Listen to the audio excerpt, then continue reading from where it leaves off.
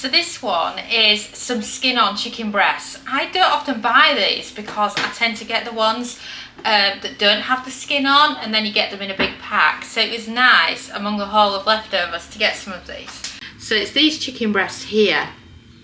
And what I'm going to do here is I'm going to use the grill setting. It's in top position already, and then you can place the chicken directly on there. You can grill it, and then it's perfect for if you want that lovely crispy skin.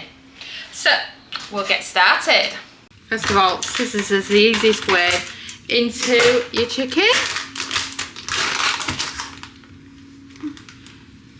And then chicken breasts. In they go. And then my first thought is, whenever you buy them pre-packaged like this, the chicken breasts or whatever are all different sizes. So if you look here, they're quite different to each other. So always check with the biggest one. Once that hits the internal temperature, you're good to go. A quick wipe of the hands, and then you can start seasoning and oiling up your chicken.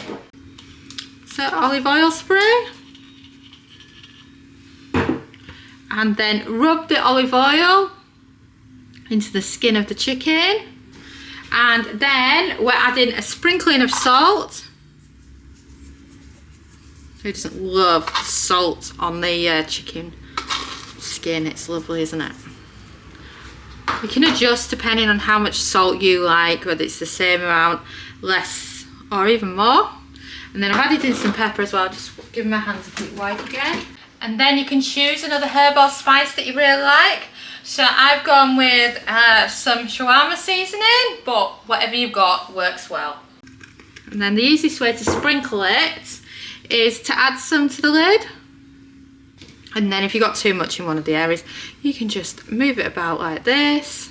Another wash of the hands, because you can never be too careful when you're cooking with chicken. And then we can get the lid down and get it cooking. So turn it on, and you're looking for the grill setting. And you're looking for 240 Celsius, that's 465 Fahrenheit, and then a cook time of 8 minutes, and then press start.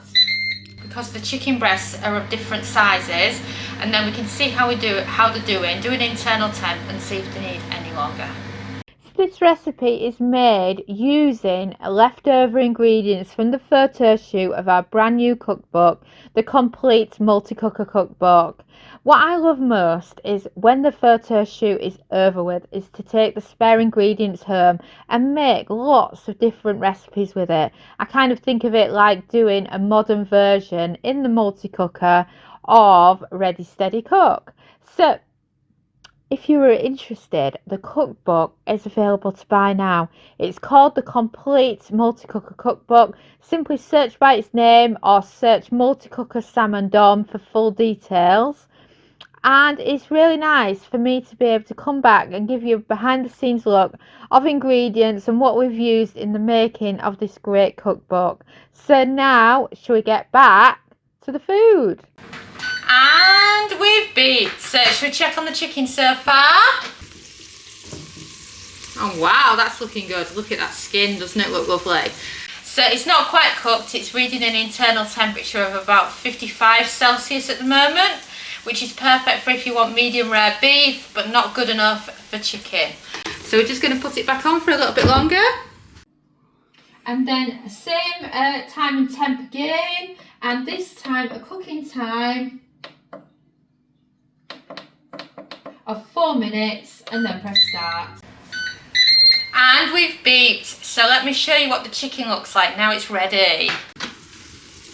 And there you go, grilled chicken using your multi-cooker. If you've got skin on your chicken, it's just so nice to do this with it. The same goes for if you're doing some fish with skin on and you want the crispy skin, or maybe you've got some crackling that you want to make really, really crispy, then the grill setting's brilliant because it just goes that little bit higher than the natural air fryer goes, and it's just brilliant. Thanks so much for watching our YouTube video. It feels so amazing that you've stuck around to the end. And of course, that must mean that you like our videos. So why not also follow us on social media? You can find us at the Kitchen Gadgets Club on Facebook and on Pinterest, TikTok. We're Kitchen Gadgets Club. You can subscribe to our YouTube channel for more great videos like this one. And you can also find us at KitchenGadgetsClub.com, where we have a membership that shares brand new kitchen gadget recipes every week. And we also have lots of great ideas, resources, tips and tricks. And we are an ovenless kitchen, so we teach you exclusively how to cook with kitchen gadgets. And a ciao for now.